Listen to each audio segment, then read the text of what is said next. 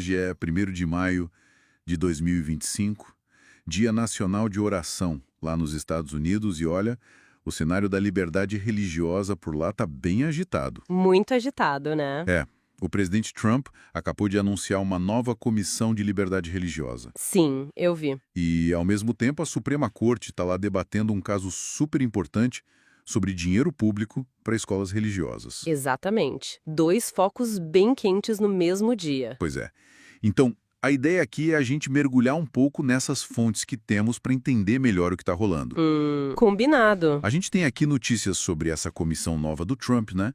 E também um artigo que detalha bem esse caso da escola charter católica lá em Oklahoma. A Saint Isidore, certo. Essa mesma. E tem até uma menção rápida sobre uma situação parecida, de proselitismo em escolas aqui no Brasil. Interessante essa conexão. Então, a missão é tentar juntar essas peças, sabe?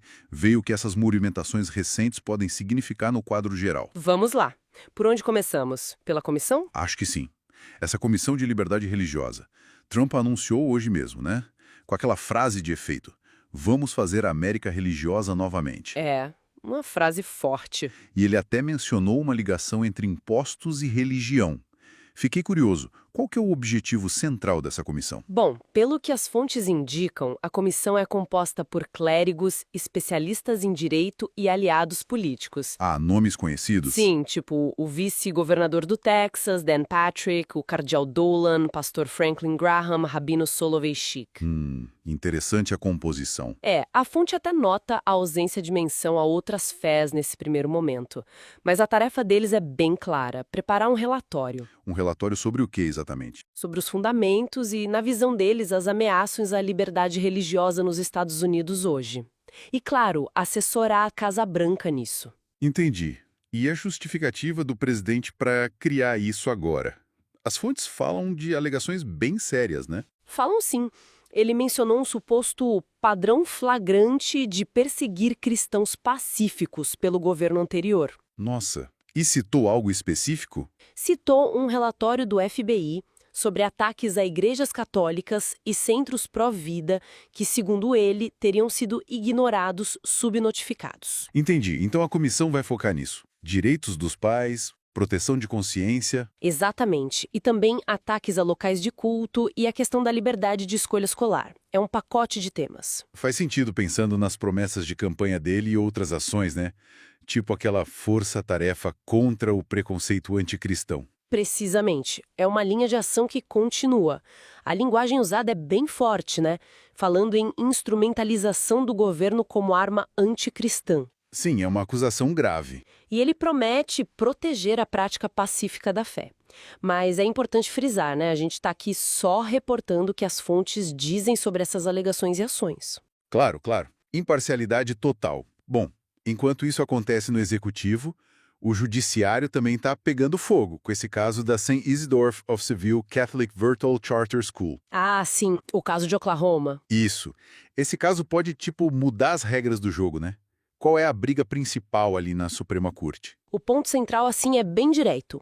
Uma escola charter que recebe dinheiro público pode ser explicitamente religiosa? Essa é a pergunta de milhões. E o que a escola argumenta? A Saint Isidore diz que ela é um ator privado, sabe?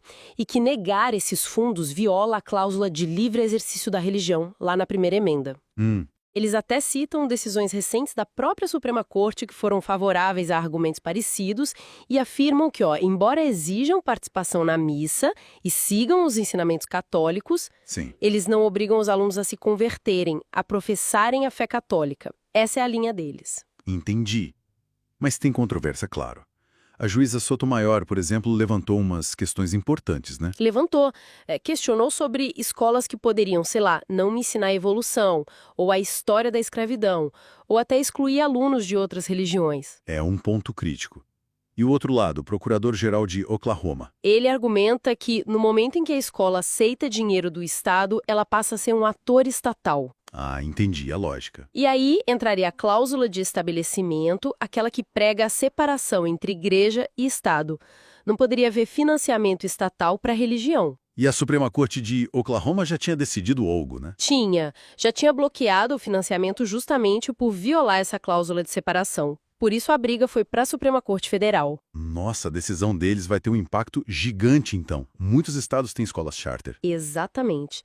E olha, o próprio site da Saint Isidore é bem claro. Diz que incorpora o ensino católico em todos os aspectos e que quer participar da missão evangelizadora da igreja. É bem direto. Quer dizer, não escondem a natureza religiosa. De forma alguma. E só para conectar uma das fontes que a gente viu, menciona rapidamente uma situação aqui no Brasil, em Pernambuco.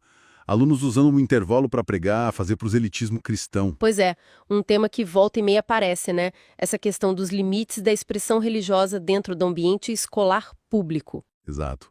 É um debate correlato e que também toca nessa tensão entre religião e espaço público, especialmente na educação. Com certeza. Levanta aquela questão paralela, mas conectada. Onde termina a liberdade de expressão religiosa do aluno e onde começa um proselitismo que talvez não caiba ali naquele espaço. É uma linha tênue. Bem tênue. E complexa. Então, resumindo o cenário lá nos Estados Unidos, temos uma ação forte do Executivo, com essa comissão, buscando reforçar proteções à liberdade religiosa. Conforme a visão dessa administração, claro. Sim. E, ao mesmo tempo, o judiciário ali com a Suprema Corte reavaliando os limites constitucionais do dinheiro público indo para a educação religiosa. Isso. Duas frentes importantes atuando simultaneamente. Exato. O que a gente está vendo é, na verdade, uma tensão clássica, né? Que sempre existiu na sociedade americana. Sem dúvida. Como equilibrar a garantia do livre exercício da religião com o princípio da separação igreja-estado? Especialmente quando a gente fala de educação. É o X da questão. Pois é, e a forma como essas linhas forem definidas agora, entre liberdade religiosa, ação do Estado, financiamento público, isso pode sim redesenhar políticas educacionais e ter um impacto grande na vida pública. Com certeza. Fica aí a reflexão, né? Como será que essas definições vão evoluir e que consequências isso pode trazer para os diferentes grupos, para as diferentes visões de mundo dentro da sociedade? É uma questão para a gente continuar acompanhando de perto. A segunda besta, como está escrito, Apocalipse capítulo 13, os Estados Unidos da América do Norte dando todo o seu poder para a primeira besta, o papado. E isso pela falsa liberdade religiosa. É para promover o cristianismo espúrio, ou seja, promover o domingo. O decreto dominical é a falsa liberdade religiosa.